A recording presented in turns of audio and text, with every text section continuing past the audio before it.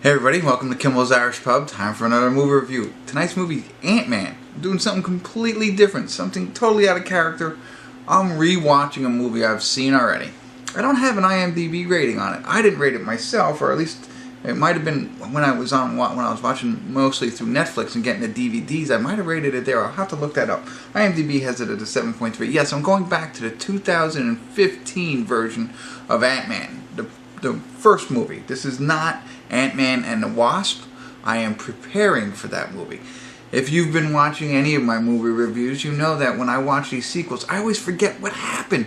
What happened before? And it annoys me because I'm trying to figure out what happened to lead to this point. I'm making a change. And I am going to watch Ant-Man, knowing that Ant-Man and Wasp is coming out on Blu-ray DVD very, very soon. I will be all caught up, but I will also go back in time and review this movie from 2015.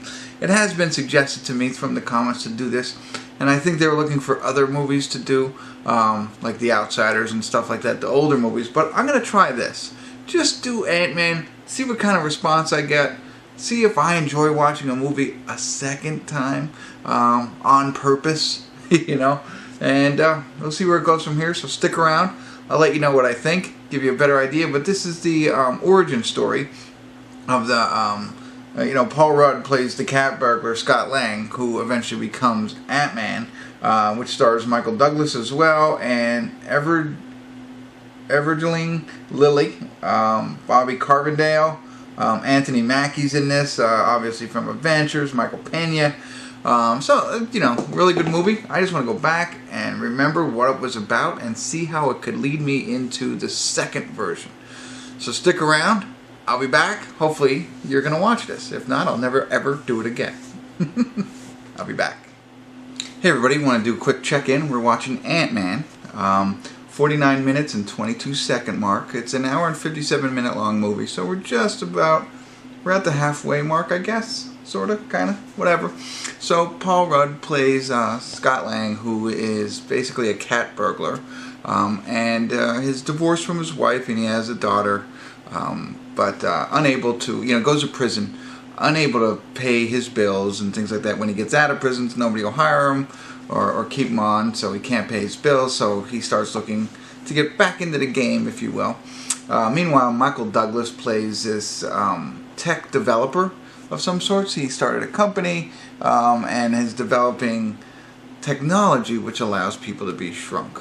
The company he works for wants to use that same, or the company he built basically wants to take that technology and use it for wars and things like that, and use it for not great things, and Michael Douglas doesn't want that to happen. So he obviously leaves the company and takes that with him. Meanwhile, that company continues to develop the technology so they can create something similar. They create the Yellow Jacket, which again is just a suit that they can wear, but they're still working on shrinking live animals or live people so that they can wear the suit, and they're getting closer and closer.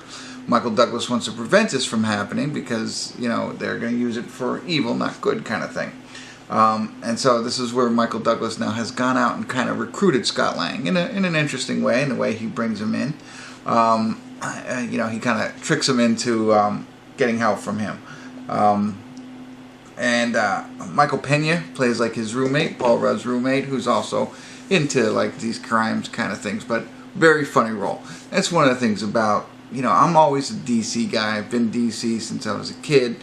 Watched a little Marvel here and there just because I love superheroes, but really follow DC more. And, I could say this all the time, with every Marvel movie, they just have the secret sauce. They have the recipe. And right here it is. It's just, it's not just an origin superhero movie, but Paul Rudd is in it, and Michael Pena, and they have the laughs in it, and it really makes it so much more fun. And I enjoy it. I enjoy this aspect of the film, even though it's Marvel and not DC. So, Evangeline, Lilly, I don't know if I'm saying that right, the girl from Lost, she plays Michael Douglas's daughter, Hope, in this. And I'll refer to her from Hope here on out throughout the review. And, so she's helping, trying to get Ant-Man, and what they ultimately want to do is break into the old company and steal the Yellow Jacket from them. So now Paul Rudd is part of the team, and he's going to start going through the training and learning how to, you know, become Ant-Man and be the superhero. So far, so good. Again, I've seen it before, but it's funny because I don't remember all of this, you know? So it's fun. I'm enjoying it. I don't know if I could do the same movie 2 nights in a row, but I mean, this is 3 years removed. It's 2015. I probably saw it back then, and it's 2018 now. So it's like seeing it almost for the first time, a little bit. So far, so good. I'm going to get back to it here a little bit. Sorry if I'm long-winded. Again, this is preparation to watch Ant-Man and the Wasp, which was Hope, I believe. So I want to see how this ends, so how it ties in. But stick around. I'll be back. If you've watched me this far, thank you. I appreciate it. But I'll be back. Hey everybody, we're at the credits of Ant-Man, and you know, great movie. I mean, even watching it for the second time, I totally forgot just about everything about it. But I was more interested to see how it lends itself to the next one. And to be honest with you, it really doesn't set up like any kind of cliffhanger or anything like that. No spoiler alerts in case you haven't seen it, or if you forget it like I do. I really thought it was going to lead you to the sequel, and it doesn't necessarily do that. I mean, slightly. I get a better idea of the Wasp and how that could come to be. And they also they allude to his appearance in Civil War. Captain America Civil War, where he's in that. So if you've seen that, he's in that one as well. And that kind of leaves it there, but there's no like real cliffhanger that makes it want to have a sequel, really.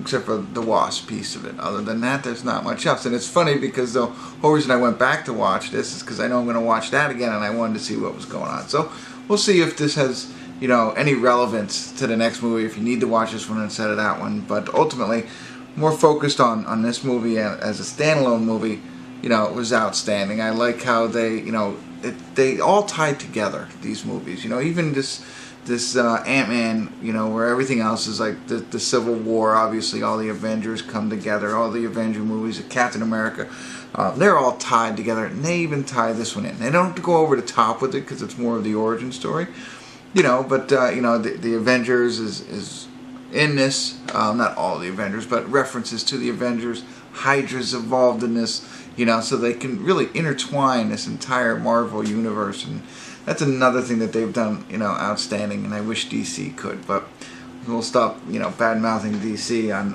how they fell.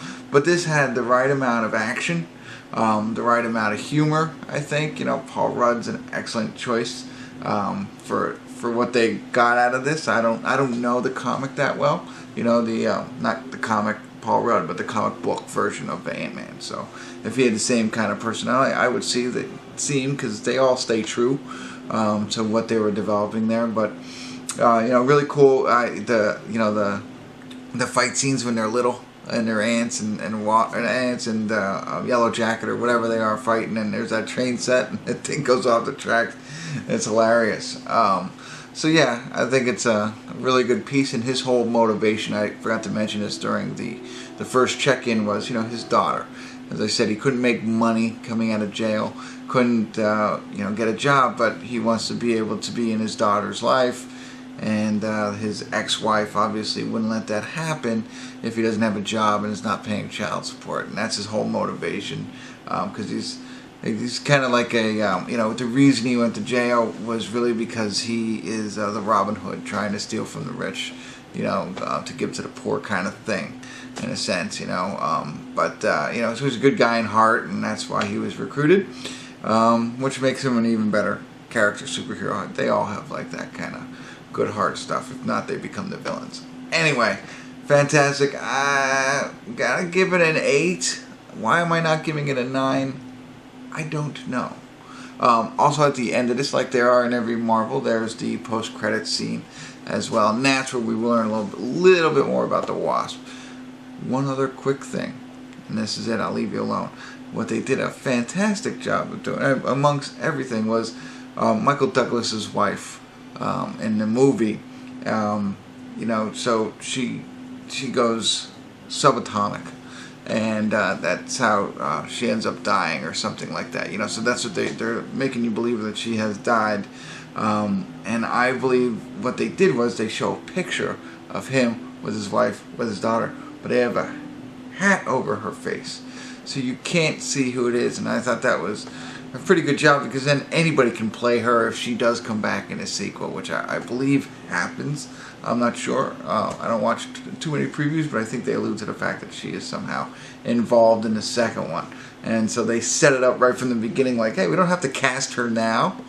Well, you know, if it's a good movie and we're allowed to make a sequel, then we could cast her. Throw a little hat over her face. Phenomenal job. Anyway, it's enough. If you stayed with me this long for a movie that came out in 2015, you're a true subscriber, and I appreciate it. And thanks for tuning in. Kimmel's Irish Pub.